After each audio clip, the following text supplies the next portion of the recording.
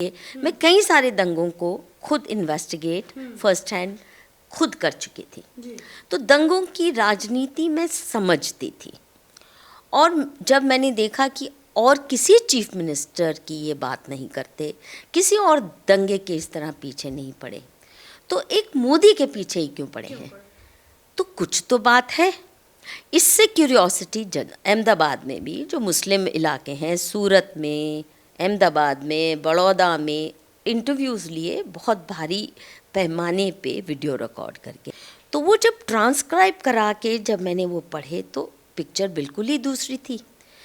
और फिर मैंने तय किया कि अब ये तो मुझे डिटेल में करना। मोदी को फासिस्ट करार करने का काम जो शुरू हुआ 2003 से, वो अभी तक और तेज़ी पकड़ता जा रहा है। कि अगर मेरे पास थोड़ी भी पावर होती, I would black list all these universities. और ये BBC डॉक्यूमेंट्री को अपने देश में सोशल मीडिया पे बैन करने से बात नहीं होगी। ये और भी आपको बदनाम करेंगे। देखो मोदी घबरा गया और ये कांग्रेस ने शुरू कर दिया डरपोक मोदी, डरपोक मोदी। क्या मिलेगा आपको इससे? और अगर हिंदू आपको डरपोक समझने लग जाएगा तो वोट कौन देगा आपको? आप वोट करते हो भाजपा को? अब मैं नहीं इस बार करूँगी, नोटा करूँगी। अगर ये चलता है रवैया, और लोग अभी भाजपा के लोग तो मेरे खून के प्यासे, एक मायने में इनका जो IT सेल हो गया है, मधु हैज टर्न्ड रोग। नमस्कार, मैं अर्चना तिवारी आप सभी का स्वागत करती हूँ द राजधर्म पर। BBC के द्वारा एक डॉक्यूमेंट्री बनाई जाती है जो कि YouTube पे बड़ा वायरल होता है। और ये जो डॉक्यूमेंट्री है वो 2002 के दंगों को दर्शाता है। नरेंद्र मोदी जी के टाइम पे जो दंगे हुए थे, उस दंगे के बारे में एक डॉक्यूमेंट्री बनती है जो कि बड़ी वायरल हो रही है।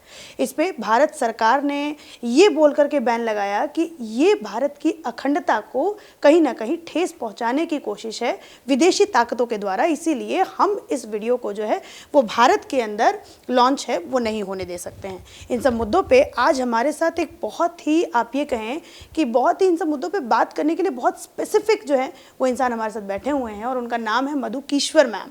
और मधु कीश्वर मैम जो है वो प्रोफेसर हैं पेशे से।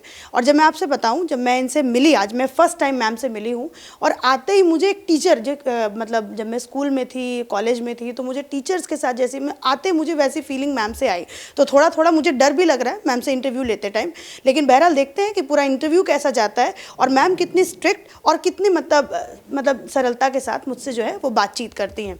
तो मैम सबसे पहले बहुत बहुत स्वागत आपका, वेलकम मैं करना चाहूँगी कि आपने मुझे आज टाइम दिया और आपने इस मुद्दे को मेरे साथ बातचीत करने के लिए सही समझा कि हाँ मैं अर्चना के साथ राजधर्म पे बात कर सकती हूँ। इस पे कुछ वेरी वेलकम, माय प्लेजर। तो मैम एक बात बताइए, सबसे पहले इस मुद्दे पे तो हम लोग आएंगे जो BBC ने डॉक्यूमेंट्री बनाई, फिर 2002 के उस समय आप गुजरात गए, आपने खुद से जो है एज अ प्रोफेसर वहाँ पे जाकर के आपने पूरा सब कुछ वहाँ पे किया, रिसर्च किया, सब कुछ जाना वहाँ की सरकार उस समय, जो कुछ भी इन सब मुद्दों पे बात करूँगी। लेकिन सबसे पहले मैं ये पूछूँगी, एज अ प्रोफेसर आप कैसे हो? स्ट्रिक्ट हो कि बच्चों पर थोड़ी सी रियायत आप बरतते हो?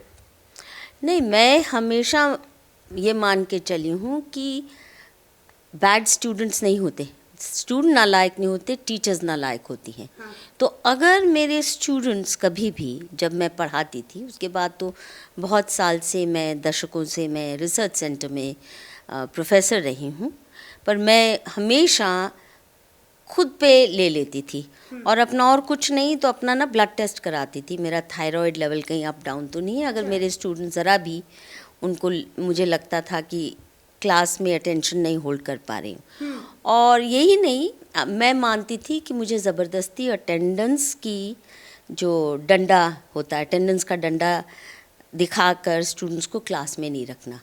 तो मैं हमेशा सालों भर साल ये करती थी, अटेंडेंस लेती थी, फिर आंख नीचे करके बैठ जाती थी, जिसको जाना है जा सकते हैं। अच्छा।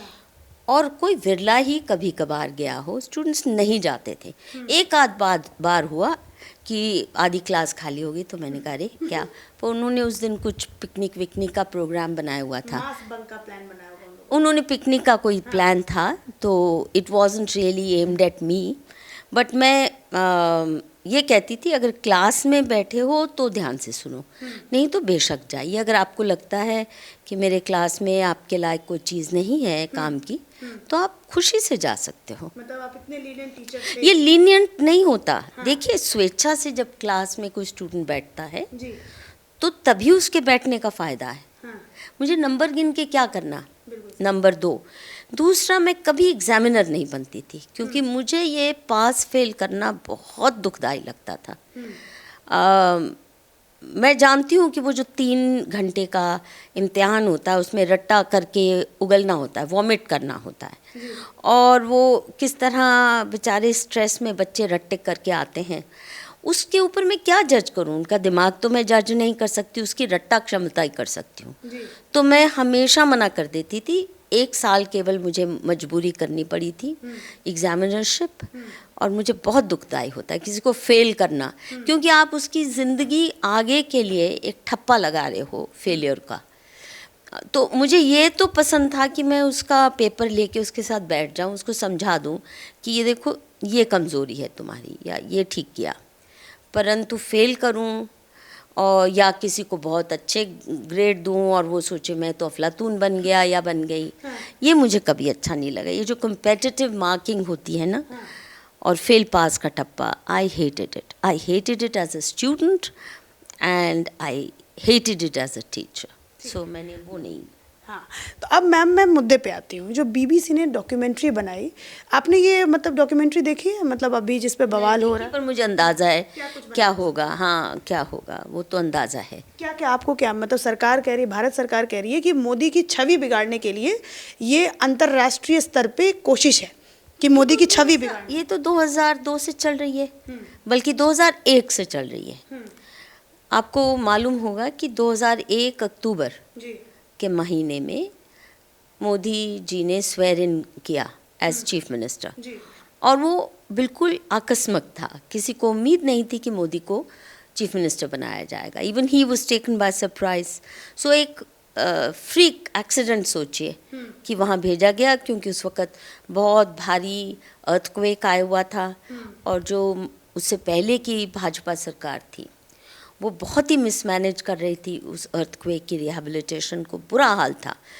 बहुत बड़ा क्षेत्र गुजरात का प्रभावित था, और आप सोच सकते हैं इतने बड़े क्षेत्र में अगर अर्थक्वेक ने सब तहस नहस कर दिया, ढा दिया, इंफ्रास्ट्रक्चर ख़त्म, लोगों के घर टूट गए, स्कूल टूट गए, अस्पताल टूट गए, सारा सिस्टम बिल्कुल तहस नहस हो चुका था। तो उस वक्त बहुत, एक तो भ्रष्टाचार की खबरें आ रही थी, मिसमैनेजमेंट बहुत हो रहा था भाजपा का, जो वहाँ सरकार थी उस वक्त, ये सभी मानते हैं। तो एकाएक वाजपेयी जी ने कैसे फैसला लिया, वो भी उसके पीछे अनोखी सी कहानी है, खैर जो भी वो कहानी है। तो एकाएक नरेंद्र मोदी को ऐसे समय में चीफ मिनिस्टर बना के भेजा गया, जबकि उससे कुछ साल पहले उनको गुजरात से निकाला किया हुआ था, क्योंकि उनका आपस में कुछ लोकल लीडर्स के साथ झगड़ा था। So he was asked to quit Gujarat. तो वो बड़े डिप्रेशन में रहे थे बाहर। फिर एकाएक वो चीफ मिनिस्टर बन के जाते हैं। तो जाहिर है कि उस वक़्त भाजपा में भी कोई खुश तो नहीं था उनके चीफ मिनिस्टर बनने से। जैसे प्रधानमंत्री जब बने तब भी ज़्यादातर लोग तो भाजपा के खुश नहीं थे ना। तो मोदी जी की ब्रांडिंग तो भाजपा वाले खूब करते हैं, और आप करनी पड़ती है, मतलब मजबूरी है। हाँ, क्योंकि उनका स्टाइल ऐसा है। In you can say it's a one man show. He is very, he concentrates power in the CMO और इन द PMO। तो फिर ये स्टाइल अलग ही है उनका। आप कह सकते हैं प्रेसिडेंशियल स्टाइल है या जो भी है। तो इसकी वजह से जितने लोग अपने को मार्जिनलाइज महसूस करते हैं वो तो नहीं खुश रहेंगे ना। तो जो भी, खैर वो उनकी इनर पॉलिटिक्स है, मुझे कोई लेन देन नहीं है पार्टी पॉलिटिक्स से। पर एक मैं बात स्पष्ट करना चाहूँगी। एक तो जब मैंने ये किताब लिखने का तय किया, शायद 2012 में, 2013 में मैंने आर्टिकल्स पब्लिश करने शुरू किए, और by the end of 2013 I had a whole book. पर उससे पहले मैं सीरीज़ ऑफ आर्टिकल्स, मोदी नामा सीरीज़ करके मानुषी वेबसाइट पे छाप चुकी थी। और इसका इतिहास यूँ है कि 2002 में जब दंगे हुए तो मैंने दूर से ही देखा सुना, ज़्यादा मैं तब नहीं गई। अक्सर होता था कि जब भी कोई दंगे हुए हैं, और मेरा ये हमेशा रहता है कि मैं दंगे या किसी भी आपदा पे या कोई भी पॉलिटिकल डेवलपमेंट है, मैं तभी लिखती हूँ जब मेरा फर्स्ट हैंड कुछ बेस उसका होता है। मतलब खुद से जाके आप हाँ, मैं कभी नहीं लिखती हूँ दूर से कमेंटेटर बन के। जैसे बहुत से एडिटर्स होते हैं अखबारों के, दिल्ली में बैठ के वो सारे देश की एडिटोरियलाइजिंग करते रहते हैं, वो मैं नहीं करती हूँ। क्योंकि मीडिया पे विश्वास कभी भी नहीं था मेरा, और इसीलिए 1978-79 में हमने मानुषी नाम की पत्रिका शुरू की थी इमरजेंसी के बाद।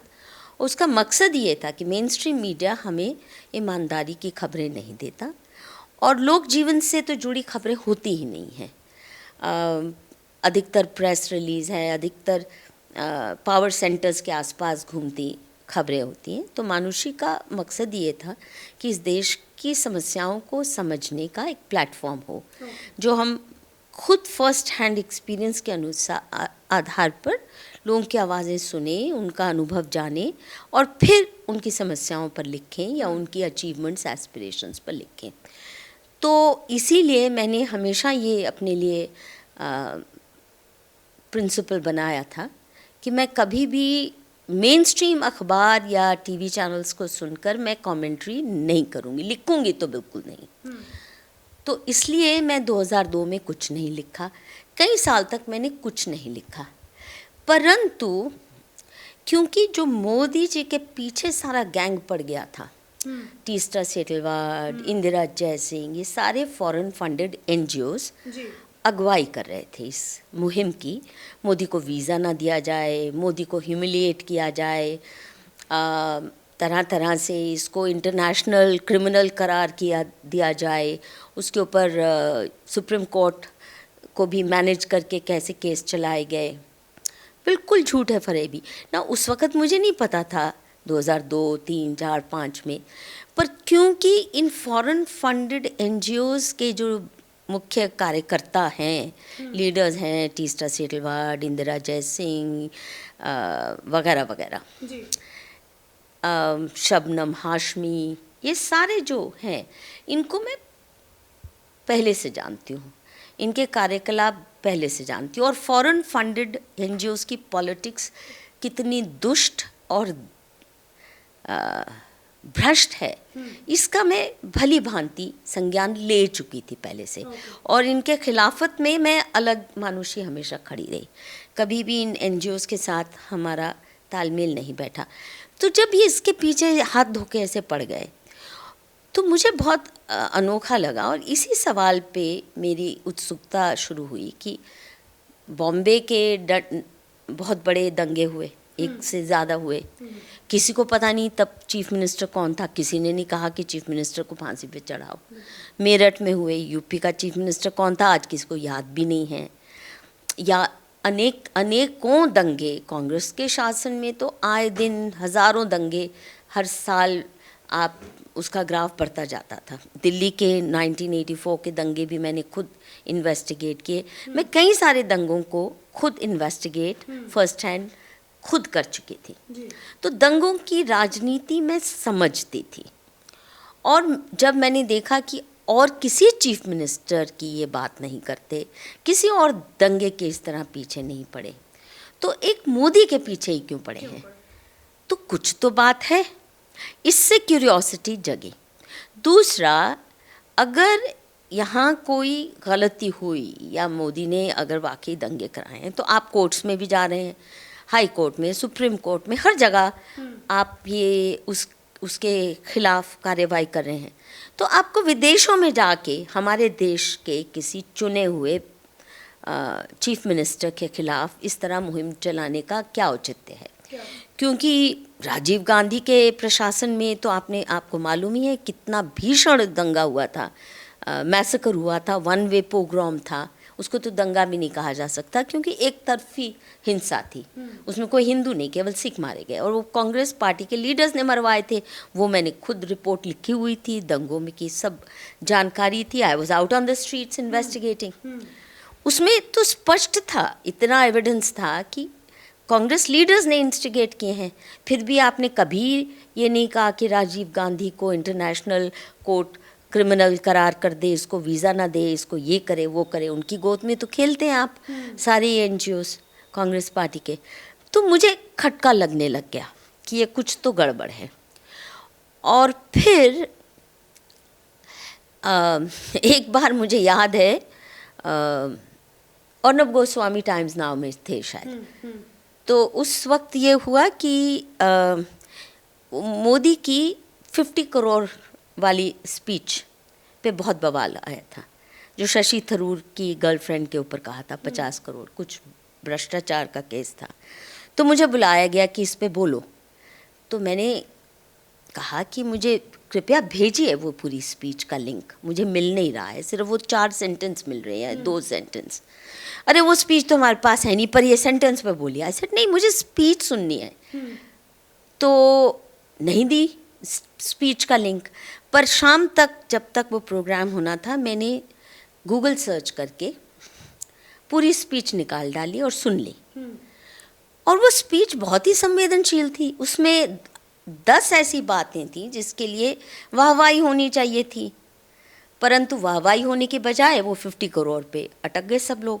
तो मैंने जैसे ही डिफेंड करने की कोशिश की तो एंकर जो है मेरे ऊपर राशन पानी लेके चढ़ गए। अच्छा, टाइम्स नाउ वाले।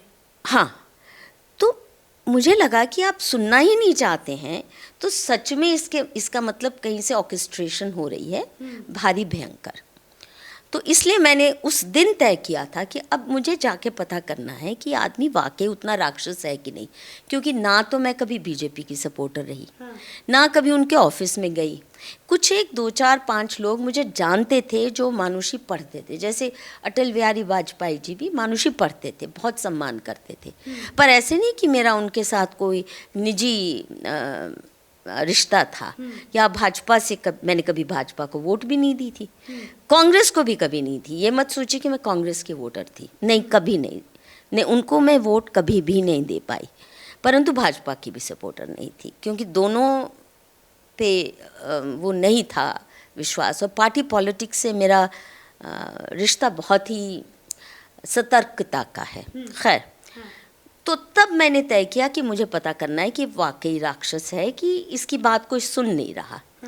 और क्योंकि टीस्टर सेटलवाड कितनी बेईमान है, धूर्त हैं, और इनके सारे संगी साथी हर्ष मंदर ये धूर्त लोग हैं। मैं इनको भली भांति जानती हूँ और इनसे पहले पब्लिक लाइफ में आई हूँ, तो ये मेरे बाद के आए हैं। तो इनकी बेईमानियाँ फॉरेन फंडिंग से कैसे जुड़ी, कैसे ये फॉरेन एजेंडा लेके आते हैं, ये मैं अच्छे से जानती थी।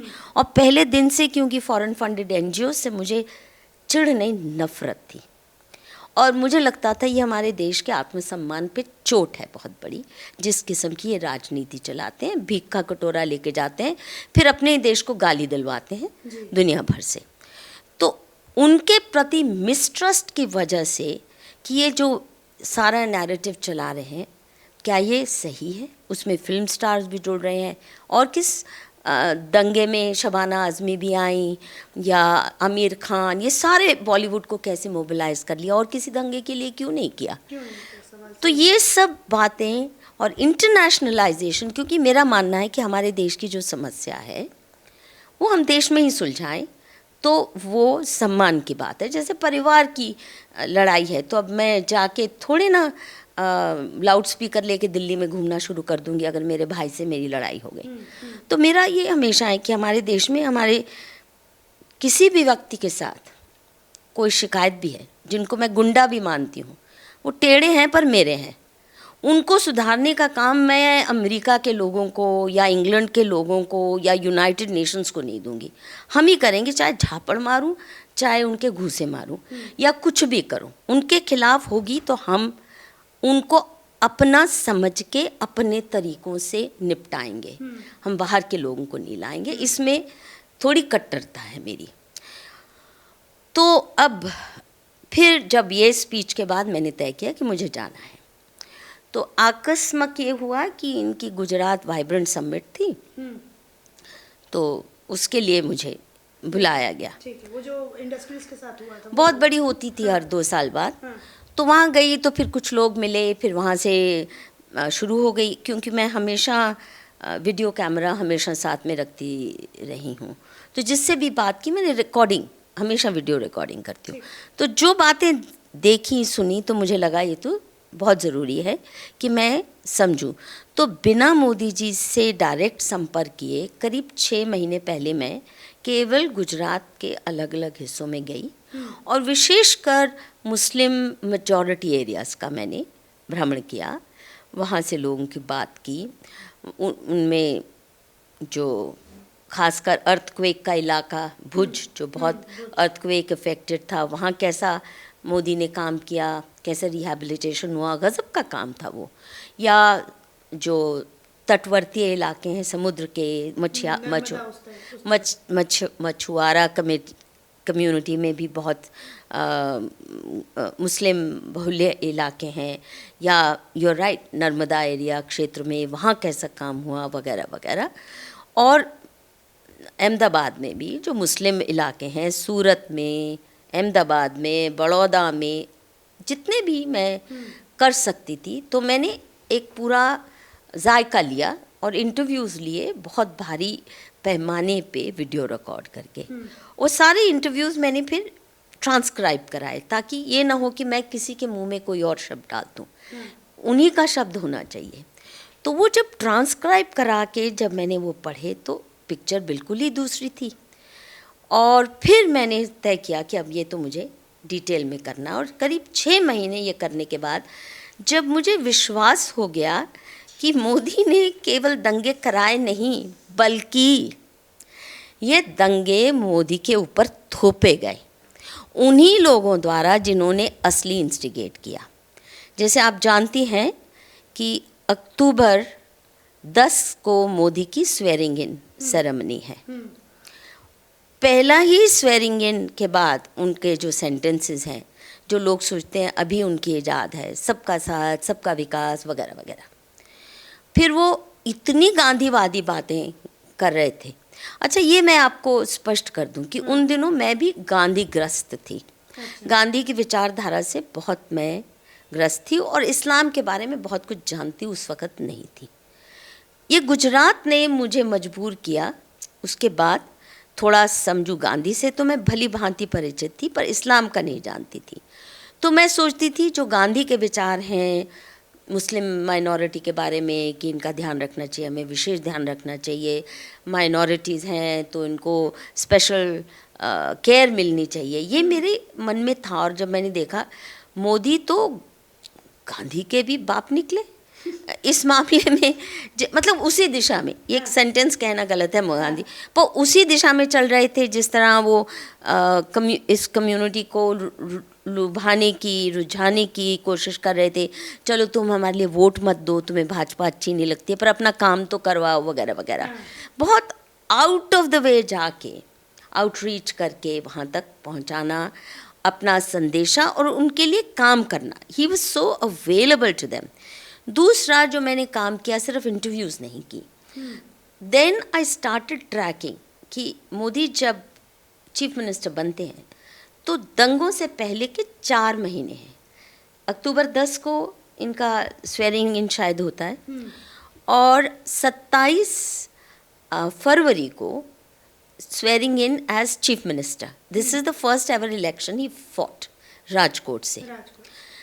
और वो जो 4 महीने थे, उस 4 महीने में मोदी क्या कर रहे हैं, तो जैसे मेरे जो चैप्टर्स हैं कि वो भी कि मोदी ने चीफ मिनिस्टर का रोल कैसे संभाला और अर्थक्वेक मैनेजमेंट क्या की, क्योंकि उन 4 महीनों में अधिक से अधिक समय अर्थक्वेक रिहैबिलिटेशन, और सिर्फ ये नहीं रिहैबिलिटेशन का मतलब कि चलो दाल रोटी पहुंचा दो, घायलों को अस्पताल पहुंचा दो, पर पूरा इंफ्रास्ट्रक्चर उन्होंने बदल डाला। किस तरह वो किया, और Modi's first 19 weeks as chief minister, और कैसे इस डिज़ास्टर को अपॉर्चुनिटी में बदला, और क्या क्या काफ़ी बढ़िया काम उन 4 महीने में हो रहा है। और राजकोट की जो इलेक्शन थी जिसमें वो चुन के आए, वो भी अनोखा है। और मैंने उस इलेक्शन के जो ब्यौरे पढ़े, उसने तो वाकई ही ऐसी पिक्चर दिखाई जो बिल्कुल विपरीत है जो उनके खिलाफ, मोदी के खिलाफ प्रोपेगेंडा होता है। और उसमें सबसे बड़ी भी ये बात, केवल 4-5 दिन मोदी वहाँ पे कैंपेन करने गए, बाकी वो बिजी थे डिज़ास्टर में, डिज़ास्टर मैनेजमेंट में। अब मज़े की बात, राजकोट के 28 मुस्लिम संगठन मोदी के लिए कैंपेन कर रहे हैं और खुल के चुनौती दे रहे हैं। और ये बातें मुझे मोदी ने नहीं बताई, ये बातें वहाँ के लोकल अखबार गुजराती के जो थे, उन्होंने जो उन 4 महीनों का या इलेक्शन का जो ब्यौरा रोज़ छापते थे वो गुजरात के अखबार, उससे मैंने वो खबरें गुजराती से हिंदी में ट्रांसलेट कराई, हिंदी से अंग्रेज़ी में की मैंने स्वयं। उसमें दंग रह गई मैं देख के कि मोदी केवल 4 दिन वहाँ गए, परंतु जो मुस्लिम समाज बहुत भारी मात्रा में इनके साथ आया और 28 संगठन मोदी के साथ खड़े हो गए। और उनमें कुछ लीडर्स ने तो खुलेआम कांग्रेस को चुनौती दी कि इतने साल से, 60 साल से तुम राज कर रहे हो, इस आदमी ने हमारे लिए वो कर दिखाया 4 महीने में जो तुमने 60 साल में नहीं किया, तो मुझे बताओ हम तुम्हें क्यों वोट दें। इस तरह की चुनौती घर घर जाके ये संगठन कर रहे हैं, उनकी मोदी जी की कैंपेन। और गुजरात के अखबार तब लिख रहे हैं कि ये तो भूचाल आ गया कांग्रेस के लिए, उनके पैरों से ज़मीन खिसकती गई, वो तो बहुत सख्ते में है। और वो इतनी नास्टी कैंपेन उस वक़्त मोदी के ख़िलाफ़ हुई, पर फिर भी उस चुनाव में शायद 28% मुस्लिम वोट मोदी को मिली। और ये इनसे झेला नहीं गया। कांग्रेस की जब ये मुस्लिम वोट बैंक इनसे खिसकती दिख रही तो ये एकदम पगला गए। और मुस्लिम अंडरवर्ल्ड के साथ कांग्रेस के रिश्ते बहुत अच्छे रहे, मुस्लिम अंडरवर्ल्ड पक की बात। और जो इनके क्या नाम, पटेल जो नेता थे, जो उनका देहांत हो गया गुजरात के, अहमद पटेल, उनके बहुत करीबी रिश्ते थे अंडरवर्ल्ड के। और Modi went after the underworld while he made sure that the ordinary citizen felt safe, मुस्लिम। और मैंने कई मुस्लिम महिलाओं से सुना कि कम से कम अब मोदी आया है तो इसने जिस तरह से अंडरवर्ल्ड को भगाया है हमारी कॉलोनी से, अब हमारी लड़कियां भी सेफ़ हैं, स्कूल भी जा सकती हैं, कॉलेज भी जा सकती हैं, हमारे पति भी रात को घर आ जाते हैं, क्योंकि सारे गलत काम ज़्यादातर रात को ही होते हैं, तो हमारे बेटे भी कम से कम अब सही धंधों में लगे हैं। ऐसे बहुतों ने ऐसी बातें बताई मुझे। तो ये उनसे झेला नहीं गया और इसलिए 27 को ये चीफ मिनिस्टर का शपथ ग्रहण करते हैं और 28 को गोधरा का कांड होता है। और ये स्पष्ट है, वो भी मैंने सिद्ध किया डॉक्यूमेंट्री आधार पे, कि जो आए वो कुछ कश्मीर के भी आतंकवादी थे और वहाँ के जो ISI से संबंधित मुस्लिम ऑर्गेनाइजेशंस हैं गोधरा के, उनका रोल था। और जलाई उन्होंने ट्रेन इसीलिए कि वो चाहते थे हिंदू मुस्लिम दंगे हो जाएं, क्योंकि उनका प्रोपेगेंडा यही था कि भाजपा के लिए ये हिंदुत्व की लेबोरेटरी है और ये बस यही करेंगे, पोलराइजेशन करेंगे। वो झूठ बोलते जाओ बोलते जाओ। अनोखी बात यह है कि जितना मोदी ने मुस्लिम समुदाय को खुश करने की कोशिश की, उतना उसके खिलाफ प्रोपेगेंडा बढ़ता गया। और अब ये BBC की डॉक्यूमेंट्री का भी यही मकसद है, हिंदुस्तान में सिविल वॉर। यही मुस्लिम समुदाय भी, उनके लीडर्स भी चाहते हैं, क्योंकि मुस्लिम समुदाय के लीडर्स का एजेंडा बहुत स्पष्ट है, उसमें कोई बदलाव नहीं कर सकता, मोदी जी भी नहीं कर सकते। और वो समुदाय के जो लीडर्स हैं, क्योंकि उनका पाकिस्तान और इस्लामिक उम्मा जिसको कहते हैं, see Islam does not owe allegiance to any nation state. इस्लाम नेशन स्टेट्स में मानता ही नहीं है, नेशन स्टेट की लॉयल्टी में भी विश्वास नहीं है। इस्लाम का मानना है कि ग्लोबल उम्मा एक ही कम्युनिटी है, सारे मुसलमान, और उनके प्रॉफिट का हुक्म है कि सारी दुनिया पे इस्लाम का झंडा फहराया जाए, दुनिया में एक काफिर ना बचे। तो हर काफिर को या तो उसका धर्मांतरण करना, उसको कन्वर्ट करना या वाजिब कत्ल है। ये लिखा है ना उनके मज़हब के ग्रंथों में, और वो मानते हैं कि उनके प्रॉफिट उनको ये हुक्म दे के गए हैं। तो कोई भी अच्छा मुसलमान काफिरों के साथ समझौता कर ही नहीं सकता।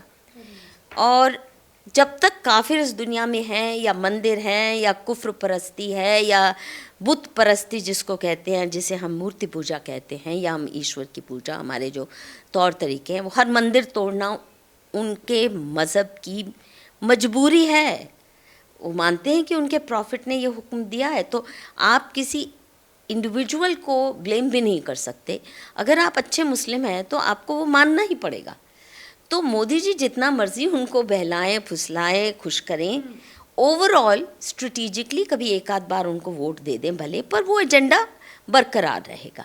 और इसीलिए मोदी को जब बदनाम किया गया, अच्छा देखिए, एक तो वो इंसिडेंट गोधरा का मैसेकर, उसके ऊपर इन्होंने जो ट्विस्ट किया कि मोदी ने करवाया, और फिर जो गोधरा से कार सेवक आए उनके बारे में कितनी वाहियात बातें फैलाई गई है ना, कि वो चिल्ला रहे थे, वो ट्रेन में एक लड़की, मुस्लिम लड़की को खींचा। ये लालू यादव जैसे इंक्वायरी कमीशन बैठाते हैं। आप सोचिए कितने भ्रष्ट लोग होंगे जो ऐसी कमीशन में बैठते हैं। एक थ्योरी हुई कि एक लड़की को खींचा, मुसलमान लड़की को, उसको बचाने के लिए उन्होंने ट्रेन रोकी, फिर गुस्से में आके ट्रेन जला दी। झूठ, कोई लड़की ऐसी थी नहीं, ना कभी वो केस कभी पहुंचा कोर्ट तक। या कहा कि ये तो कुकिंग कर रहे थे स्टोव के साथ, खचाखच बड़े कंपार्टमेंट में, अंदर से वो आग लग गई, सेल्फ कंबस्चन हुई। इतने झूठ बोले गए, इतने झूठ। वो सारी मैंने रिपोर्ट स्टडी की। और फिर मज़े की बात यह कहते हैं कि मोदी ने दंगा भड़काने के लिए वो डेड बॉडीज़ लाई गई, फिर उनको परेड कराया गया ताकि हिंदू भड़कें। सच उससे बिल्कुल विपरीत है। रात के अंधेरे में चुपचाप ये गांधीनगर हॉस्पिटल में लाई जाती हैं डेड बॉडीज़ हिंदुओं की, फिर चुपके से उनके रिश्तेदारों को सौंपा जाता है ताकि इकट्ठा भी ना हो कोई बहुत बड़ा हुजूम। वहाँ से गोधरा से गांधीनगर लाया जाता है, गांधीनगर के अस्पताल से, वहाँ पे जो न्यायिक अस्पताल बना था। और ये झूठा प्रचार किया गया कि मोदी ने उनको सारे, क्या बोलते हैं ना, जैसे रथ यात्रा होती है तो शव यात्रा जैसे की गई ताकि भड़के हिंदू। सच ये है कि 27 के इंसिडेंट के बाद हिंदू समाज इतने सख्ते में था, such a shock, they couldn't imagine that anybody could do that. तो सारा हिंदू समाज तो अहमदाबाद का मॉर्निंग में था। उसके पास दंगे करने का दिमाग उस वक़्त, मुझे नहीं लगता है उस वक़्त किसी के दिमाग में आया कि हमें दंगा करना है। परंतु 28 फरवरी के सुबह भी ये लोग, 3 पहली हत्याएं होती हैं हिंदुओं की बर्बरता से। एक ऑटो रिक्शा है, उसको एक मुस्लिम मोहल्ले में खींच के ले जाया जाता है, उसकी आंखें निकाली जाती हैं बर्बरता से, और बर्बरता से उसको ISIS स्टाइल जो होता है ना, ISIS स्टाइल में कत्ल किया जाता है। इसी प्रकार एक ट्रक ट्रॉली हिंदुओं को रौंदते हुए निकल जाती है कहीं। 3 ऐसे बहुत बर्बर मर्डर हुए। फिर हिंदू रिटेलिएटरी मोड में आया। और उस वक़्त जो मैंने डॉक्यूमेंट डे बाय डे सड़कों पे क्या हो रहा था और मोदी क्या कर रहा है, वो हर दिन का मैंने ब्यौरा दिया है 3 किस्म के डॉक्यूमेंट्स पे। एक तो डेली अखबार क्या रिपोर्ट कर रहे थे उस वक्त, times of India, Indian express, Hindu वगैरह वगैरह। ये मोदी के अखबार तो थे ही नहीं, कभी भी not favourable. So what are they reporting day by day, क्या हो रहा है।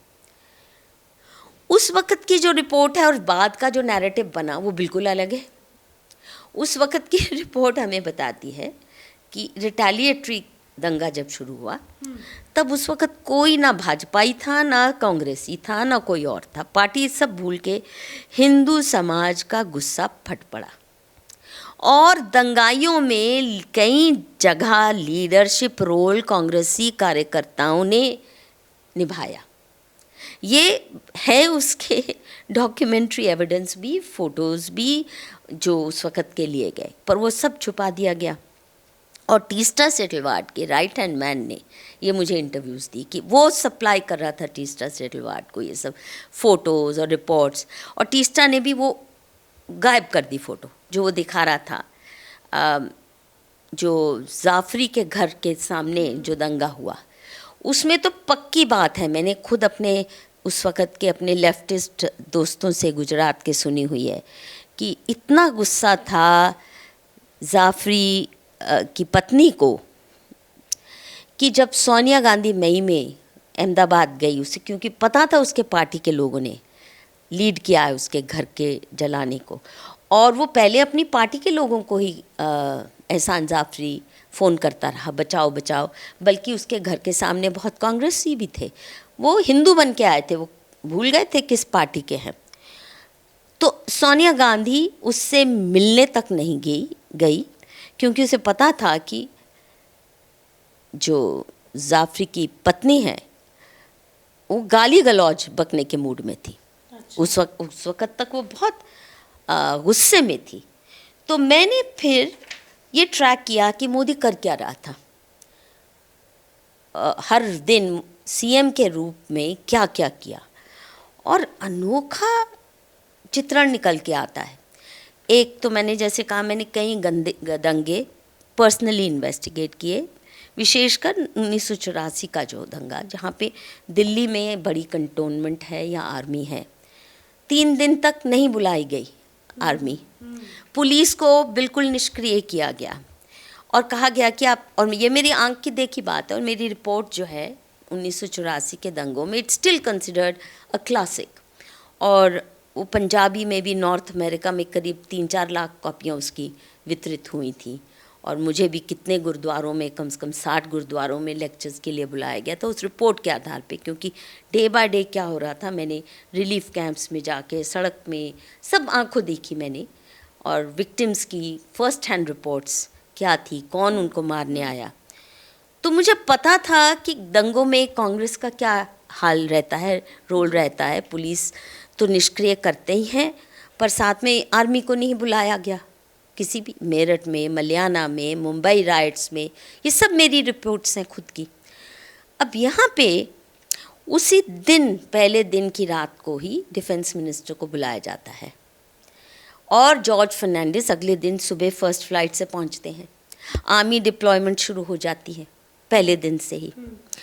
और मज़े की बात, मैंने वो भी टेलीग्राम्स पढ़ी जो कि मध्य प्रदेश के चीफ मिनिस्टर उस वक़्त दिग्विजय थे, और मोदी जी दिग्विजय को और महाराष्ट्र के चीफ मिनिस्टर, ये नेबरिंग स्टेट्स हैं, इनको टेलीग्राम भेज के कहते हैं कृपया हमें इन्फोर्समेंट भेजिए लॉ एंड ऑर्डर के लिए, हमारे पास पर्याप्त नहीं है, गुजरात व्यापी बनते जा रहे हैं ये दंगे।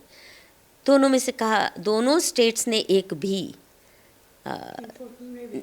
नहीं भेजी इन्फोर्समेंट, एक सिपाही नहीं भेजा, एक छोटी सी पलटन पुलिस की नहीं भेजी, कुछ नहीं, बल्कि जवाब देने में भी बहुत दिन लगा दिए। वो मैंने वो भी पब्लिश की हैं, किस दिन मोदी ने उनसे रिक्वेस्ट किया और किस दिन उनको जवाब आता है कि हम नहीं कर सकते मदद। तो जाहिर है कि आप चाहते हैं दंगा भड़कता रहे, पर जॉर्ज फर्नांडिस ने खुद पर्सनल सुपरविजन में आर्मी डिप्लॉय करवाई, और ये पहला दंगा है जिसमें इतनी भारी संख्या में 263 या कुछ हिंदू पुलिस गोलियों से मारे गए।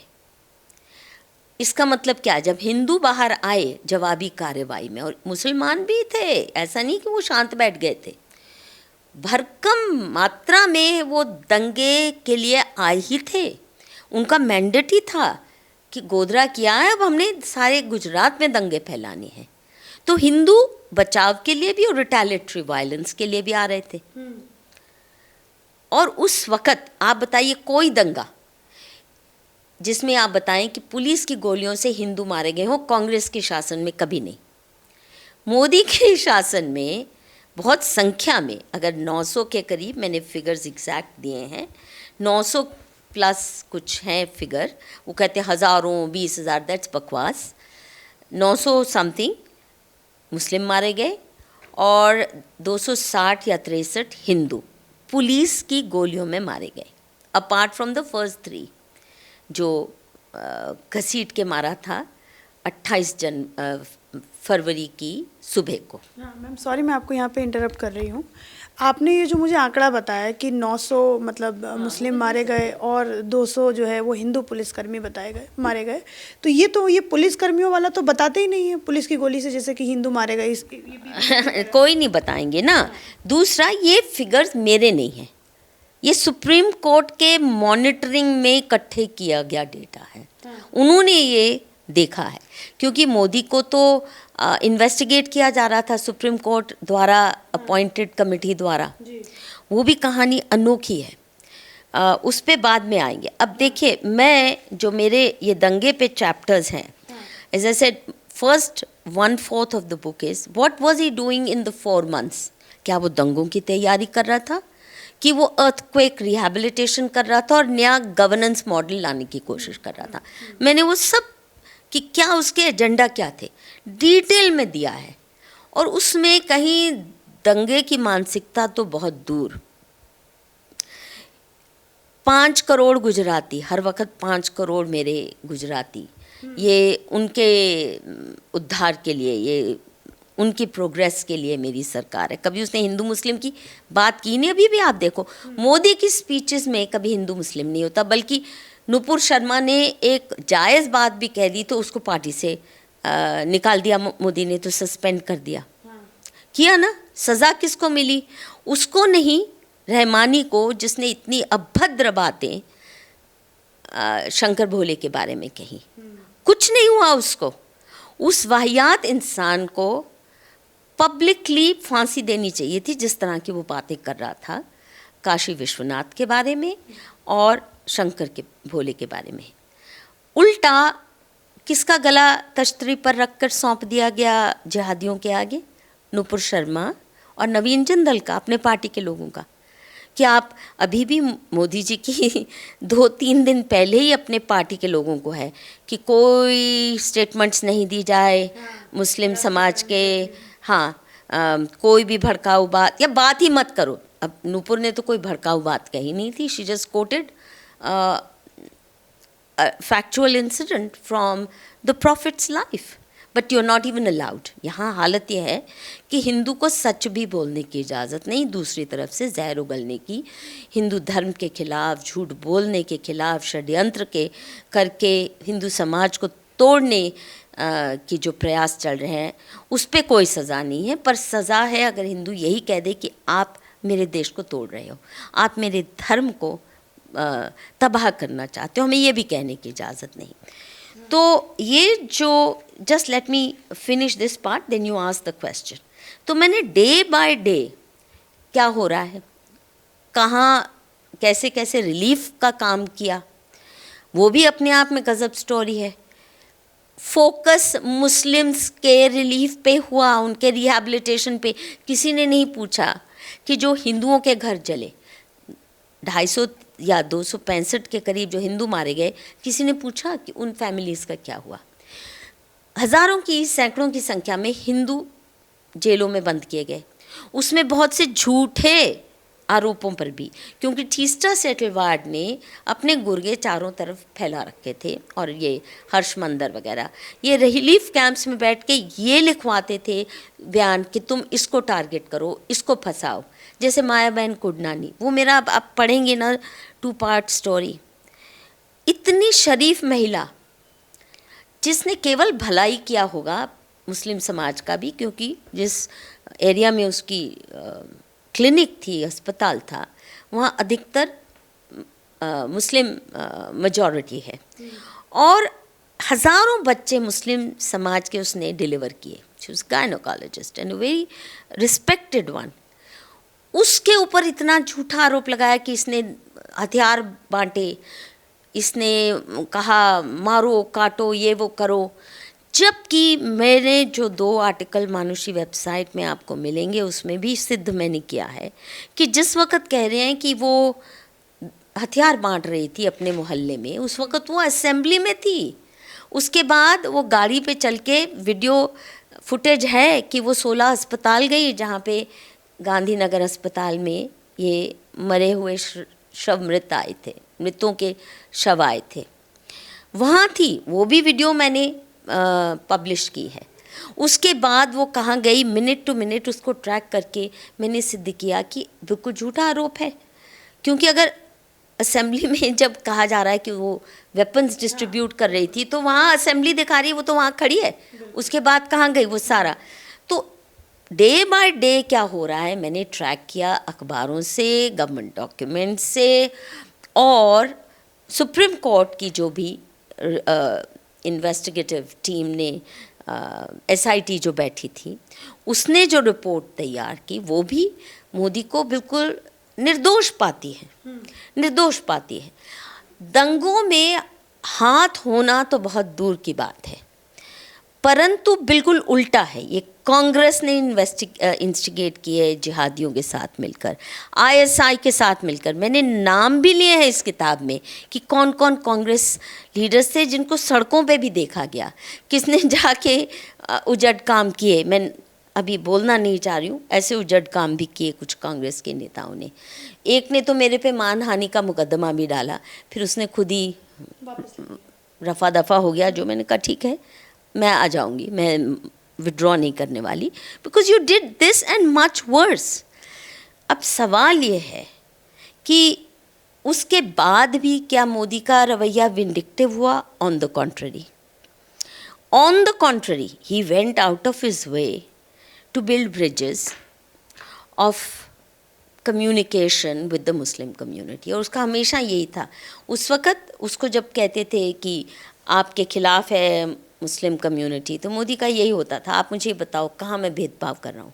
अगर नर्मदा का पानी गांव-गांव में, घर घर में जा रहा है, तो क्या कहीं ऐसा कोई प्रूफ है कि वो केवल हिंदू घरों में जा रहा है, मुस्लिम में नहीं जा रहा?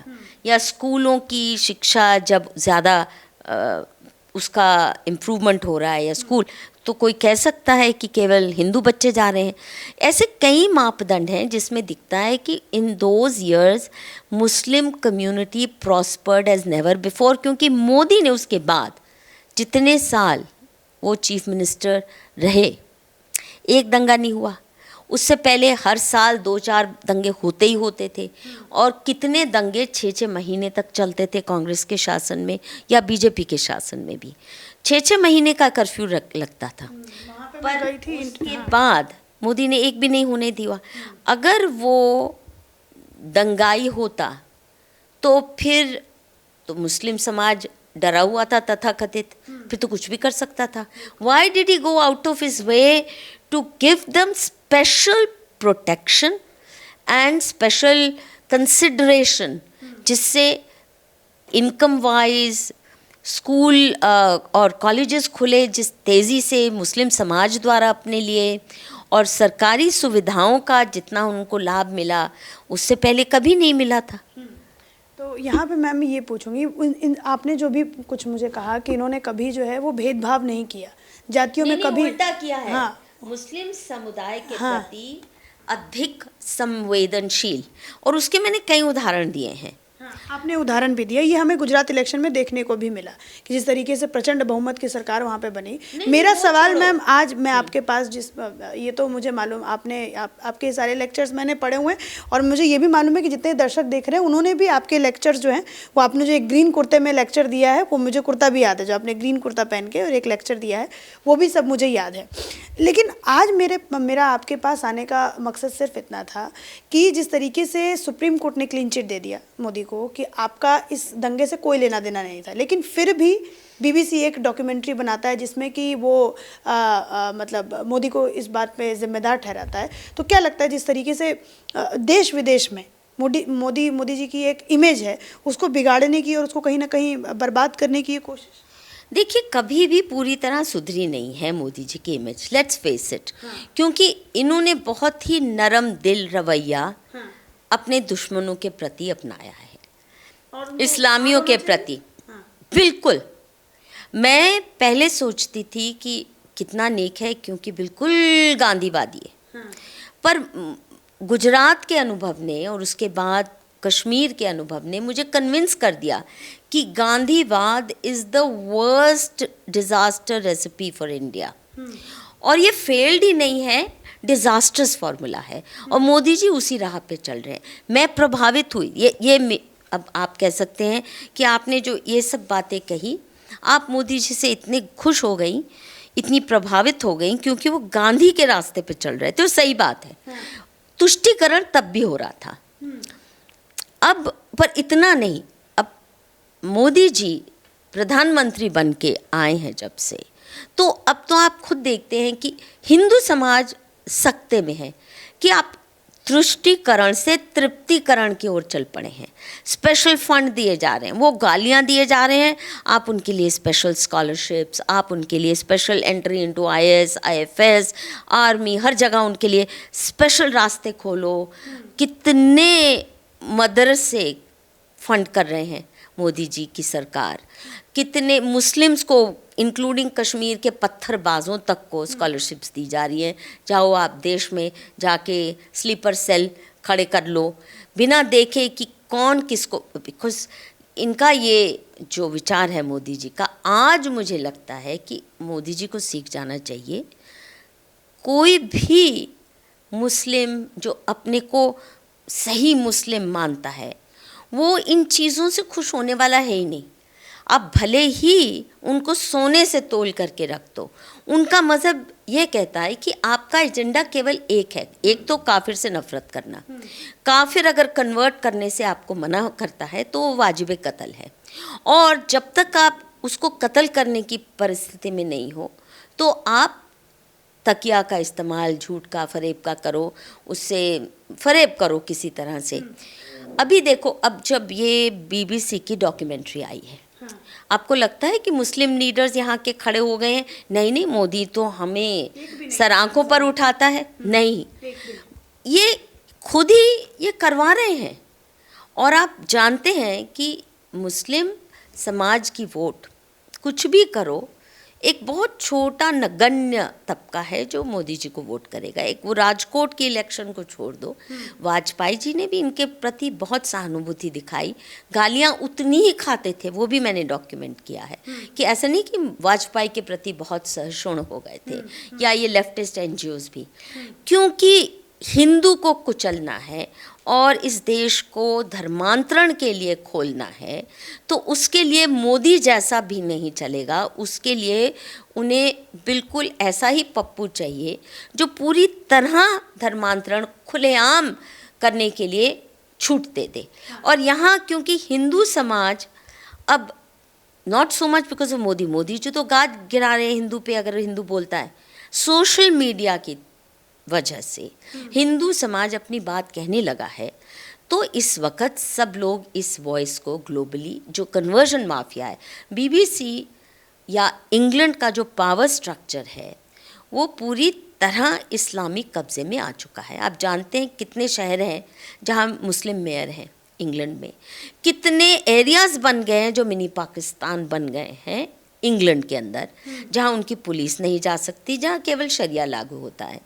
बीबीसी जैसी इंस्टीट्यूशन तो कभी भी हिंदू के फेवर में थी नहीं, हमेशा हिंदू के प्रति नफरत भाव रख रहा है बीबीसी का। पर अब तो हर हद को पार कर दिया है वो, इसलिए क्योंकि जो इस्लामिक सारा ग्लोबल नेटवर्क है उसने एलीट यूनिवर्सिटीज़, चाहे ऑक्सफोर्ड, कैम्ब्रिज, हार्वर्ड, येल, सारी जो एलीट यूनिवर्सिटीज़ हैं ग्लोबल की, उन पे पूरी तरह अपना कब्जा कर लिया। ये पेट्रो डॉलर इस्लाम जो है वो देवबंदियों के माध्यम से पहुंच रहा है ना, वो अरबियों के माध्यम से नहीं, देवबंदी आइडियोलॉजी है जो हिंदुस्तान से एक्सपोर्ट होती है, उसके साथ जब पेट्रो डॉलर मिल जाते हैं और सारा ग्लोबल उम्मा जो है, तो उनका एजेंडा बड़ा साफ है। उन्होंने पीएफआई ने तो डिक्लेयर भी किया है कि 2047 तक हमें हिंदुस्तान का पूरा इस्लामीकरण करना, उनका पूरा तैयार है सारा प्लान ऑफ एक्शन। अब मोदी जी को ये तय करना है, इनमें से कोई नहीं खड़ा हुआ आपके बचाव में। और कल मैं देख रही थी इंडिया टीवी पर एक व्यक्ति जिसको मैंने भी बहुत क्या बोलते हैं ना, भावभीनी नहीं, बहुत मार्मिक ढंग से बहुत कोट किया है। वो है इनके जो मित्र कहलाने वाले, क्या नाम है इनका,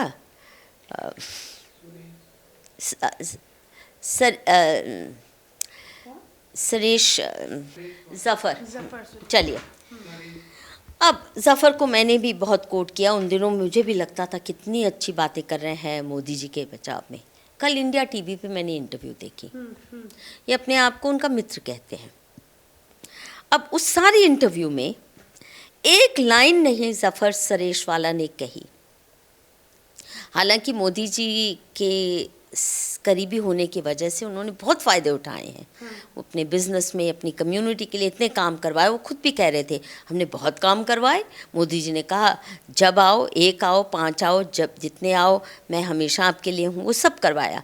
एक लाइन ने कही उसमें जहाँ उन्होंने कहा, जैसे मैं बहुत स्पष्ट कह रही हूँ आपको कि मोदी जी ने दंगे करवाए तो क्या रोकने के इतने भरसक प्रयास किए, इससे पहले किसी और दंगे में इतनी मजबूती से रोकने का काम नहीं हुआ कि हिंदुओं को गोलियां तक मारी गई। बहुत हिंदू मरे पुलिस गोलियों में, दंगों में नहीं इतने। ज़फ़र सरेशवाला कहानी सुनाते हैं, मैं इंग्लैंड में था, मैं तो मोदी का विरोधी था, मैं तो उनके खिलाफ कैंपेन कर रहा था। उसके बावजूद भी मुझे कहा गया कि वो आ रहे हैं लंदन। मैं तब लंदन रहता था, उनके खिलाफ, उनको वीज़ा ना मिले, मैं बड़ी कैंपेन कर रहा था। मतलब मैं और फिर वो बोलते हैं कि फिर हम उनसे मिलने गए तो मोदी जी ने, हमने उनकी खूब क्या बोलते हैं, उनसे खूब सवाल जवाब, कड़े सवाल जवाब किए। मोदी जी ने खूब सुना, अच्छे से सुना, 2.5-3 घंटे तक। फिर कहा चलिए आप हमसे खफा हैं, चलिए आप वोट मत कीजिए, अपना काम तो करवाइए। और फिर मैं जब आया तो मेरे को एयरपोर्ट पे मोदी जी ने VIP रिसेप्शन दिया, मुझे सरकारी मेहमान के रूप में रिसीव किया गया जब मैं लौटा अहमदाबाद वगैरह।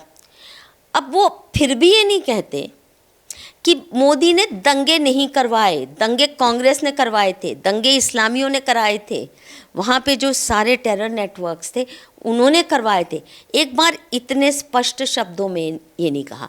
पर ये कि मोदी जी हमारा तो बहुत अच्छा उन्होंने सुना। भाई सवाल ये नहीं है कि आपसे अच्छी दोस्ती हुई, सवाल है मोदी ने दंगे करवाए कि नहीं, आपके पास उसका एविडेंस है कि नहीं। ही नोज़ दैट उसने नहीं करवाए, पर आज भी वो खुल के इतने साफ शब्दों में ये कहने को तैयार नहीं है कि BBC वालों तुम बहुत बेईमान हो। नहीं कहा ना।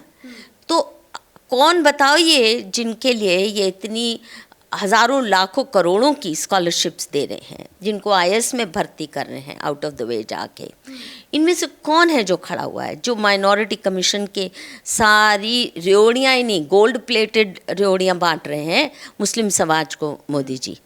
तो मैं मोदी जी से ये कहूँगी, मोदी जी प्लीज़ कृपया अब संभल जाइए। मैं संभल गई आपका अनुभव देख के, और मुझे समझ आ गया कि इस्लाम का जो एजेंडा है, आप उसका अगर तृप्तिकरण करना चाहते हो तो उसका मतलब केवल एक और एक ही है। वो सिंपली ये है कि आप देश भर में मंदिरों को तोड़वाने की इजाज़त दे दीजिए और तेज़ी से इस्लामीकरण, पूरा इस्लामीकरण करने की इजाज़त दे दीजिए।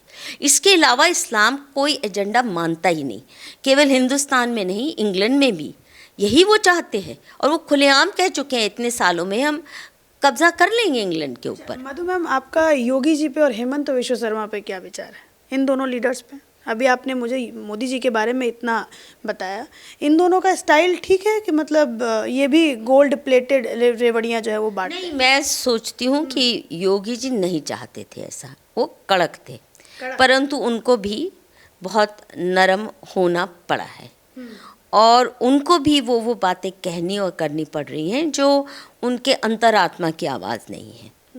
हेमंत विश्व शर्मा क्योंकि दूर आसाम में है और उनकी क्योंकि RSS BJP की ट्रेनिंग नहीं रही है, तो वो अभी भी खुल के बात करते हैं। अब कितने दिन कर पाएंगे मुझे नहीं पता, बट द फैक्ट इज़ कि CAA को रद्द करवा दिया, उसके बाद जो बांग्लादेशियों को डिपोर्ट करना था, डिपोर्ट तो छोड़ो, रोहिंग्यास को आर्मी बेसिस के आसपास जो वो घेरा डाले बैठे हैं, वहीं से अटैक हो रहे हैं, टेरर अटैक्स हमारे एयरफोर्स और आर्मी बेसिस पे, खासकर बॉर्डर में, जम्मू में, वहाँ से 2 इंच भी नहीं हटाया गया। डिपोर्ट करना तो बहुत दूर है। तो आप जितना मर्जी दिल खोल दीजिए इनके लिए मोदी जी, जितना मर्जी अच्छा कर लीजिए। अभी जो बीबीसी की डॉक्यूमेंट्री बनी है, ये इन्हीं इस्लामियों के प्रेशर में बनी है, और ये कभी नहीं सपोर्ट करने वाले आपको खुल के। नहीं तो मोर्चा बांध लेना आज। इनके मज़हब के ख़िलाफ़ इतनी सी कोई जूं भी रेंग जाती है तो आ जाते हैं भारी मात्रा पे सड़कों पे पूरा लोहा लेने। अब जब इतनी बड़ी विपदा आई है उस नेता पर, और वो भी चुनाव से पहले, जो जी जान आप पे लुटा रहा है और अपने हिंदू वोट बैंक को नाराज़ करके, आज हिंदू वोट बैंक नाराज़ है मोदी जी से। आज हिंदू सकते में है, is in a state of depression कि आप बोलते नहीं हैं जब सर तन से जुदा किसी का होता है। कन्हैया लाल का जैसे हुआ राजस्थान में, मोदी जी ने एक शब्द नहीं बोला। जिस तरह अपने पार्टी के लोगों को चुप करा दिया, जिस तरह कितने भी अत्याचार ये कर लें, काशी में मुसलमानों के हाथ से मंदिर का निर्माण करवा रहे हैं, जो कि अपने आप में बहुत, उनके हाथ फाउंडेशन में मिट्टी दिलवाई है, फाउंडेशन में भी उनका, ये कभी नहीं होता। हमारे धार्मिक स्थानों पर ये पवित्रता मानी जाती है। मैम ये कहाँ पे हुए जो कॉरिडोर बन रहा है उसमें? सारे मंदिर जो बना है काशी में, कॉरिडोर बना है। और जो मैंने तो ये सुना कि वहाँ पे एक भी मुस्लिम जो है वो काम नहीं कर रहे। ये झूठ है। इस पे अभी छोड़ दो बेशक, क्योंकि ये बड़ा कंट्रोवर्शियल हो जाएगा। इस पे बहुत बड़े डॉक्यूमेंट्स पेश हो चुके हैं। बहुत अन्याय हुआ है, बहुत अन्याय हुआ, अंधेर गर्दी हुई है।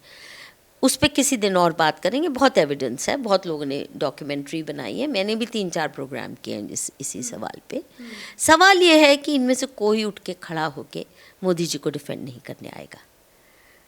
और मोदी जी भी जो हैं वो अब तुष्टीकरण की राजनीति कर रहे हैं। तुष्टीकरण से तृप्ति खुद कहते हैं तृप्तिकरण। कांग्रेस तुष्टीकरण करता था तो मोदी जी उनको 100 खरी सुनाते थे। आज आप खुलेआम कहते हैं तृप्तिकरण। हमने फ्री हाउसिंग दी तो खुद कहते हैं 35 से 40% घर हमने मुस्लिम्स को दिए। उनमें रोहिंग्या और बांग्लादेशी इलीगल भी शामिल हैं। आप कहते थे चुन चुन को खदेड़ेंगे, उसकी बजाय उनको बिजली, राशन, पानी, फ्री दिस फ्री दैट सब दे चुके हैं। उनके वोटर कार्ड भी हैं।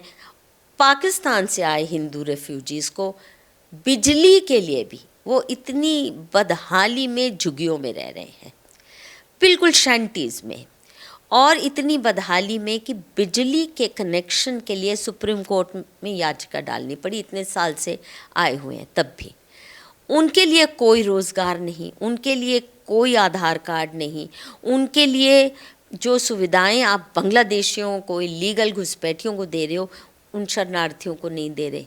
उनके लिए एक शब्द भी नहीं। पाकिस्तान में आए दिन हिंदू लड़कियां उठाई जाती हैं, बांग्लादेश में आए दिन हिंदुओं के मंदिर तोड़े जाते हैं, घर जलाए जाते हैं, हिंदुओं को, बच्चियों को अबडक्ट किया जाता है, फोर्स धर्मांतरण स्कूलों में करवाया जा रहा है, इतना टॉर्चर हो रहा है। एक शब्द नहीं मोदी जी के मुंह से निकलता।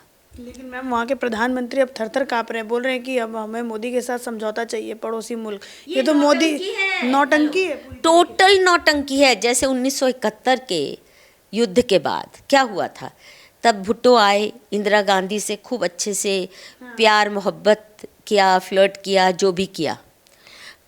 तो आप देखिए ना, इंदिरा गांधी फिदा हो गई।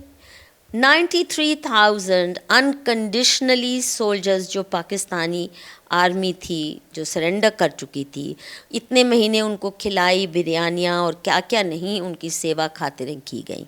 बहुत अच्छे VIP ट्रीटमेंट मिला उन्हें, और फिर उनको बिना किसी कंडीशन के छोड़ दिया गया। और तुरंत बाद फिर आप जानते हैं भुट्टो ने ये भी ऐलान कर दिया, 1000 we will bleed India to death through 1000 cuts. और फिर एक के बाद एक आपने देखा है, टेरर अटैक भी हुए हैं, वॉर्स भी हुए हैं। वाजपेयी जी ने मोहब्बत जताई बस यात्रा से, लाहौर बस यात्रा से, तो कारगिल युद्ध हो जाता है, कारगिल इनकर्जन हो जाती है। ये मानेंगे नहीं आप, क्यों नहीं समझते हैं? बांग्लादेश का आपने सो कॉल्ड लिबरेशन करवाया, किस लिए?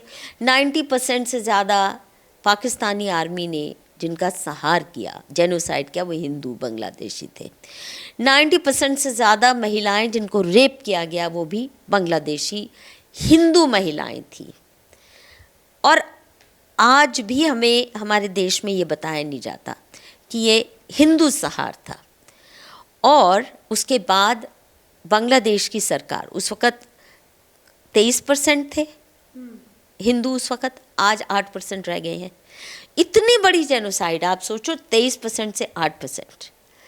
पाकिस्तान में भी 27% थे शायद हिंदू 1947 में, या 30%। आज 1.8 या 1.5% भी नहीं रह गए। यहाँ पे 8% को हमने अपने छाती पर मूंग दलने के लिए बिठा लिया 47 में पार्टीशन के बावजूद। जिन्होंने पार्टीशन मांगा था वो यहाँ रह गए। आज वो 8% से पता नहीं 18 हैं कि 28% हैं कि अब 38 बन चुके हैं, किसी को पता नहीं। और तभी वो कह रहे हैं कि 2047 तक पूरा इस्लामीकरण कर लेंगे। आप सोचिए कितनी शातिरता से। योगी जी को बिठा दिया जाए प्रधानमंत्री, अगर योगी जी बनेंगे तो कंट्रोल में आएगा। अगर योगी जी भी बिल और मिलिंडा गेट्स और वर्ल्ड इकोनॉमिक फोरम का जो ग्लोबलिस्ट माफिया है उसके साथ हॉबनॉब करना शुरू करते हैं तो योगी जी भी गए, वो भी किसी काम के नहीं रहेंगे। योगी जी भी अगर ये ग्लोबलिस्ट जो माफिया है इसको बाहर नहीं रखते तो तभी कुछ अच्छा कर पाएंगे। पर उन पे डोरे डाले जा रहे हैं चारों तरफ से। और ये भी स्पष्ट हो गया है कि अब जो इंटरनेशनल ग्लोबलिस्ट माफिया है उसने तय कर लिया है कि किसी भी देश की सरकार हमारी मर्जी के बगैर नहीं बन सकती। इसलिए पुतिन के पीछे पड़े हुए हैं, आप देख लीजिए उसको हटाने के लिए। और यहाँ पे भी अगर केजरीवाल चीफ मिनिस्टर बने हैं, फोर्ड फाउंडेशन के प्लांट हैं वो क्लियरली वो फोर्ड फाउंडेशन फंडेड इनका एनजीओ था, फिर पूरी तरह से मदद इनको ग्लोबल नेटवर्क से मिलती है। आधे से ज़्यादा चीफ मिनिस्टर जो अपोजिशन रूल स्टेट्स के हैं वो पूरी तरह से कन्वर्जन माफिया के साथ हाथ मिलकर चला रहे हैं, चाहे डीएमके है, चाहे आंध्रा के, चाहे तेलंगाना के। ये जो जितने भी चीफ मिनिस्टर्स, केरला में तो आप देख ही रहे हैं कैसी अंधेर गर्दी मची हुई है। तो नॉर्थ ईस्ट के स्टेट्स में हिंदुओं को पाँव रखने की इजाज़त नहीं है। वो कह रहे हैं परमिट लेके आइए जहाँ क्रिश्चियन मेजॉरिटी है। एक तरफ डेमोग्राफिक इन्वेजन बाय इस्लामिस्ट, दूसरी तरफ टोटल क्रिश्चियन मेजॉरिटी पॉपुलेशन जहाँ हो गई है। हिंदू तो क्या, नॉन क्रिश्चियन कोई भी खड़ा नहीं हो सकता वहाँ पे। तो मैम ये इंटरव्यू जो है हमारा कितने घंटे का हुआ आकाश? 1 घंटा से ऊपर ये इंटरव्यू गया है। मैं ये इंटरव्यू लगाऊंगी और मैं चाहती हूँ कि जो मधु मैम ने बातें कही हैं उसको आप अपनी तरफ से भी एनालिसिस करें और जो भी आपको समझ में आता है वो आप मुझे कमेंट सेक्शन में, चाहे मधु मैम ने मोदी जी के ऊपर बातें कही हों, चाहे इंटरनेशनल ग्लोब माफिया के ऊपर बातें कही हों, चाहे योगी जी के ऊपर बातें कही हों, चाहे हेमंत विश्व शर्मा जी के ऊपर जो भी बातें कही हैं, और चाहे जो भी बीबीसी के ऊपर जो भी बातें कही हैं, या फिर अपोजिशन के ऊपर बातें जो भी बातें कही हैं, इन सब के ऊपर आपका क्या विचार है? मधु मैम के साथ मेरा जो इंटरव्यू था उसको देखने के बाद क्या कहना चाहेंगे कमेंट में जाके ज़रूर बताइए। हाँ जी मैम। एक सेंटेंस में और ऐड करूँगी। देखो अभी हाल ही में राजीव मल्होत्रा ने एक बहुत बड़ी वेल डॉक्यूमेंटेड किताब लिखी है, स्नेक्स इन द गंगा, हाँ, ब्रेकिंग इंडिया 2। उसमें बहुत अच्छे से एविडेंस कलेक्ट करके उन्होंने बताया कैसे ये जो एलीट यूनिवर्सिटीज़ हैं वो विशेषकर Harvard as the leading force कैसे ब्रेकअप इंडिया फोर्सेस को मजबूत कर रहा है, ट्रेन कर रहा है। हिंदू बैशर्स को पूरा प्रोफेशनल ट्रेनिंग दे के। आपकी लाइट चली गई, अच्छा। कैसे ये सारा एजेंडा सेट कर रहे हैं भारत को तोड़ने का और हिंदू समाज को पूरी तरह से डीमोरलाइज करके नष्ट करने का, ताकि कन्वर्जन माफिया के लिए दरवाजे खुल जाएं और भी। अब उसके तुरंत बाद अभी पिछले हफ्ते ही ये अनाउंसमेंट होती है कि हमारी एजुकेशन जो मिनिस्ट्री है ये इनवाइट कर रही है विदेशी एलीट यूनिवर्सिटीज़ को यहाँ आके आप कैंपसेस सेटअप कीजिए। इसका क्या मतलब हुआ? क्यों कर रहे हैं आप? देश के दुश्मनों को कह रहे हैं। अगर वो स्नेक्स इन द गंगा हैं तो आप कह रहे हैं आइए, दूर से मत काटिए, अंदर आके हमें काटिए, है ना? यही कह रहे हैं ना आप। और मास प्रोडक्शन कीजिए। अभी तो आप साल में 1000 लोग ट्रेन कर पा रहे हैं, यहाँ पे कैंपसेस सेट कर पाएंगे तो हर यूनिवर्सिटी में आपके गुर्गे बैठ सकते हैं फिर, है ना? यही कह रहे हैं। क्यों किया? आप सोचते हैं कि वो आपके फेवर में हो जाएंगे अगर आप उनके प्रति अगर उनके प्रति आप उदार रवैया अपनाएंगे, वो नरम नहीं होने वाले। और ये जो बीबीसी ने डॉक्यूमेंट्री बनाई है, हम सोचते हैं मोदी जी का कद बहुत बड़ा है। No doubt, the way he has risen and he has built a certain image around him, there is no doubt कि किसी ज़माने में जिस आदमी को वीज़ा नहीं दिया जाता था उसको आज सेलिब्रेट करते हैं। परंतु ये जो भी देश सेलिब्रेट करते हैं, मान लो इंग्लैंड के प्राइम मिनिस्टर सेलिब्रेट भले ही करते हों, अमेरिका के प्रेसिडेंट भले ही आके जफ्फियाँ डालें, परंतु क्या अमेरिकन यूनिवर्सिटीज़ को उन्होंने कहा है कि आप क्यों झूठ बोल रहे हो इनके खिलाफ? क्यों आप भारत के खिलाफ और हिंदुओं के खिलाफ, हिंदुत्व को डिसमेंटल करना है, हिंदू फासिस्ट है, मोदी ने फासिस्ट रजीम चला दी है। मोदी को फासिस्ट करार करने का काम जो शुरू हुआ 2003 से, वो अभी तक और तेज़ी पकड़ता जा रहा है। तो इसका मतलब इन सरकारों की डुअल पॉलिसी है। ऊपर से आप हाथ मिलाओ ताकि कंसेशंस मिलते जाएं, और कंसेशंस जैसे ट्रेड एग्रीमेंट। अब ब्रिटेन की इकोनॉमी बिल्कुल जर्जर हो चुकी है क्योंकि कोई कॉलोनीज बची नहीं, उनको तो लूटने की आदत थी, अब लूटने लायक कोई बचा नहीं, तो हर जगह जाके मुंह मार रहे हैं किसी तरह। यहाँ पे फ्री ट्रेड एग्रीमेंट चाहिए उनको, ये चाहिए, एक्सेस चाहिए इंडियन मार्केट की।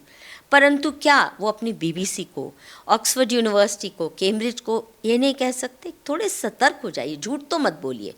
आपको क्रिटिसाइज़ करना है, मैं भी क्रिटिसाइज़ करती हूँ मोदी जी को, और मैं भी बहुत खफा हूँ उनसे बहुत बातों में, पर झूठ के आधार पे नहीं। जो सच्ची बातें हैं जो देश के हित में नहीं जा रही, उसके आधार पे मैं भी कहती हूँ मोदी जी संभल जाइए। ये दुश्मन आपके सज्जन नहीं बनेंगे, और जो आपके सज्जन हैं आप उनको दुश्मन बना रहे हो। इन दुश्मनों का दिल जीतने के खेल में आप जो आपका लॉयल वोट बैंक था, आप उसको दुखा रहे हो, उसको कुचल रहे हो। तो 2024 में मैम इसका असर पड़ने वाला है क्या? मतलब आवश्यक पड़ेगा, अवश्य पड़ेगा। विपक्ष फायदा उठाएगा इसका? आप नहीं देख रहे 29 पार्टीज अगर राहुल गांधी की पदयात्रा की एंडोर्समेंट कर रहे हैं, आप सोचिए अगर राहुल गांधी प्रधानमंत्री ना भी बने, एक अनस्टेबल सी कोalition तो आ जाएगी। ये मत सोचिए कि ये इतनी आसानी से छोड़ने वाले। दूसरी बात, ये बहुत अहम बात है, मेरी बहुत बड़ी शिकायत है भाजपा से, मोदी से और आरएसएस से भी। वो आपको फासिस्ट कहते हैं। आप अगर स्वयं को फासिस्ट नहीं मानते, और आपको नहीं, ये पूरे हिंदू समाज को फासिस्ट सिद्ध करने का प्लान है। आप तो बहाना है, असली टारगेट तो हम हैं कि हम बचे खुचे क्यों रह गए हिंदू, हमने क्यों नहीं इस्लामीकरण या ईसाईकरण से समझौता किया जो बाकी दुनिया के देश कर चुके हैं। अगर आपको फासिस्ट कहते हैं और कहते हैं कि आप मुसलमानों की, ईसाइयों की जेनोसाइड कर रहे हो, झूठ है अगर, और है झूठ, तो आपने क्रिमिनल केस क्यों नहीं डेफेमेशन के दायर किए उन सब लोगों के खिलाफ? बीबीसी के खिलाफ भी कर सकते हैं आप। आपके पास साधन है कि आप बीबीसी को भी क्रिमिनल डेफेमेशन के लिए लेके जाइए अदालत में। और अगर शुरू से ही मोदी जी ने और भाजपा ने ये रवैया अपनाया होता कि अगर झूठ बोलोगे हमारे देश के प्रति या हमारी सरकार के प्रति, झूठ बोलोगे और जिसके इतने तथ्य हैं कि इंसान दंग रह जाता है कि इतने तथ्यों के बावजूद इतना झूठ बोला जाए, आप क्यों स्वीकार करते हैं? अगर ये कर दिया होता शुरू से ही कि we will prosecute you through the courts of your country and teach you a lesson, तो तो किसी की हिम्मत नहीं होती।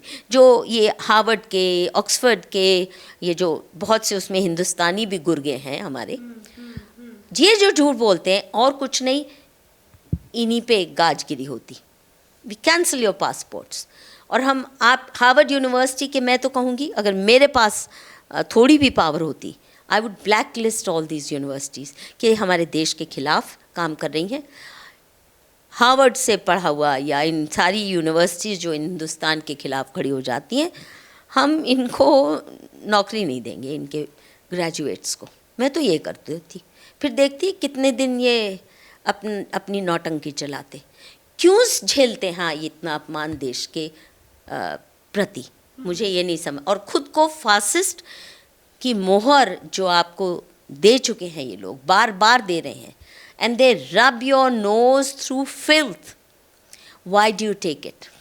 और ये बीबीसी डॉक्यूमेंट्री को अपने देश में सोशल मीडिया पे बैन करने से बात नहीं होगी, ये और भी आपको बदनाम करेंगे। देखो मोदी घबरा गया, और ये कांग्रेस ने शुरू कर दिया डरपोक मोदी, डरपोक मोदी।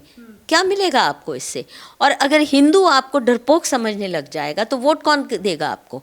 अगर हिंदू को ये लगने लगता है कि आप देश की अस्मिता, देश की इंटेग्रिटी, देश की इज्जत और सम्मान को आप भली भांति प्रोटेक्ट नहीं कर सकते, तो हिंदू भी क्यों वोट देगा?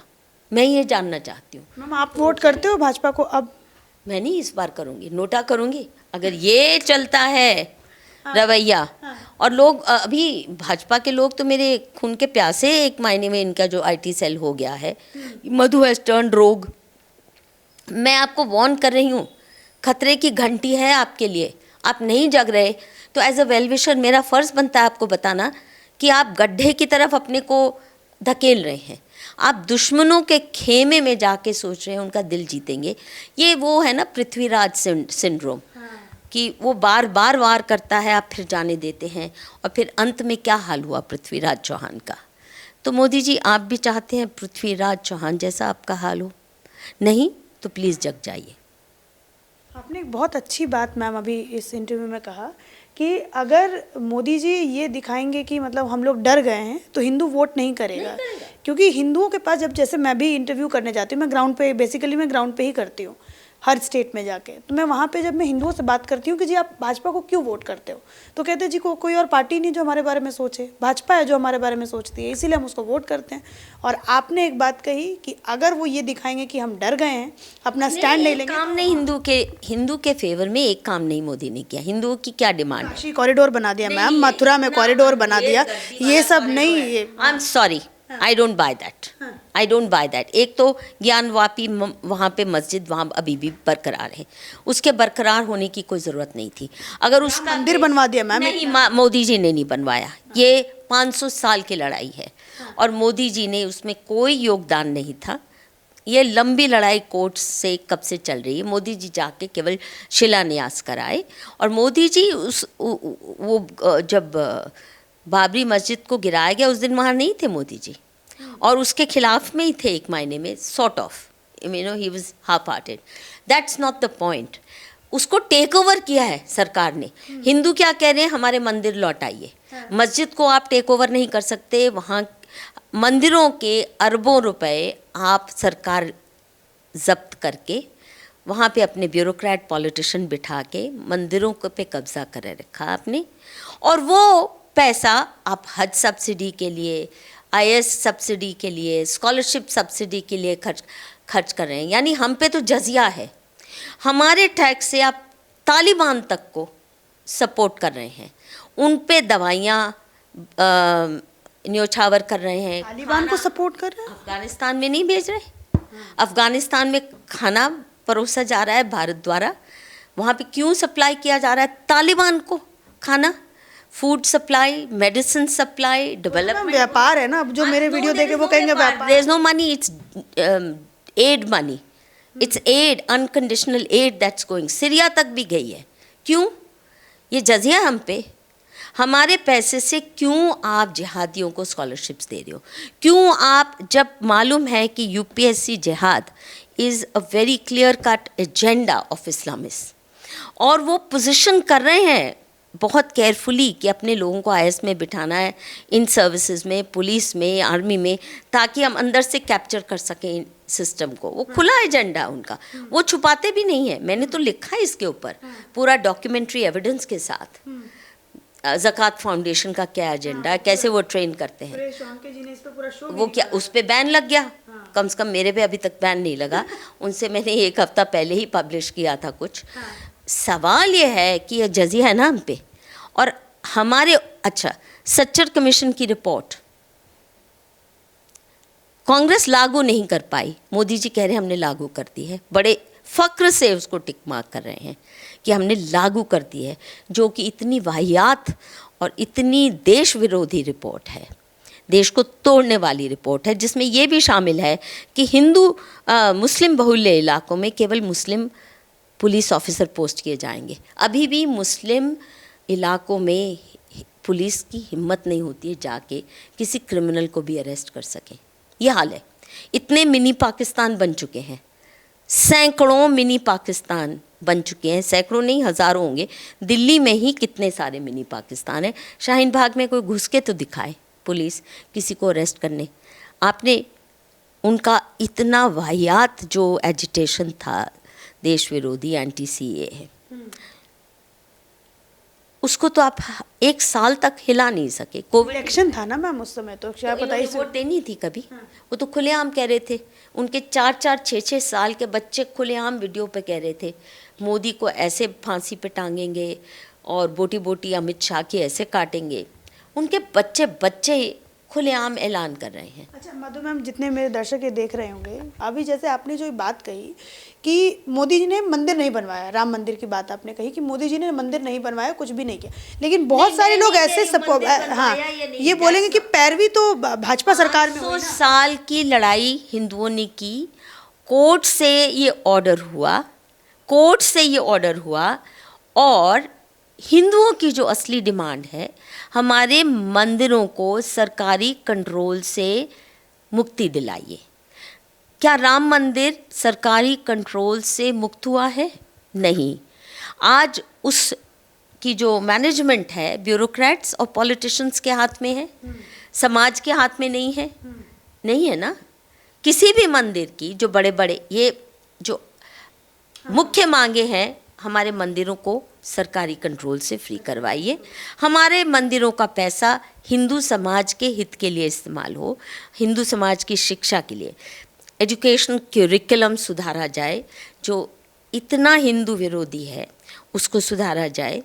दूसरा, कम से कम इक्वल राइट्स तो दीजिए हमको भी, जैसे आपने मुस्लिम्स को, क्रिश्चियंस को उनकी इंस्टीट्यूशंस चलाने की छूट दे रखी है, वो कुछ भी पढ़ाएं, AMU, जामिया इत्यादि, बिल्कुल जिहादी पाठ्यक्रम है उनका। ये भी मैं पेश कर चुकी हूँ एविडेंस के साथ। जो देवबंदी आइडियोलॉजी है, वो सऊदी भी कहते हैं हमने थोड़े एक्सपोर्ट किया जिहादी इस्लाम, आपका देवबंद ने हमारे यहाँ पहुँचाया, और वो हमारे लिए भी आज खतरा बने हुए हैं। वो वहाँ पे इनको कंट्रोल में ला रहे हैं, यहाँ पे देवबंद को बंद करने की हिम्मत है। तो मैं ये कह रही हूँ, अगर AMU अपनी मन मर्जी का करिकुलम चला सकता है, मदरसे चला सकते, हिंदू समाज क्यों नहीं चला सकता? और हिंदू समाज को कुछ मांगना भी होता है तो वो क्या कहते हैं, जैसे रामाकृष्णा मिशन ने कहा, नहीं हम हिंदू नहीं, हम माइनॉरिटी, अब तो हमें फ्रीडम थोड़ी सी दे दो। ये हम तिल तिल क्यों रगड़ रहे हैं एड़ियाँ कि हमें भी वो हक तो दे दो जो मुस्लिम्स के या क्रिश्चियंस के हैं।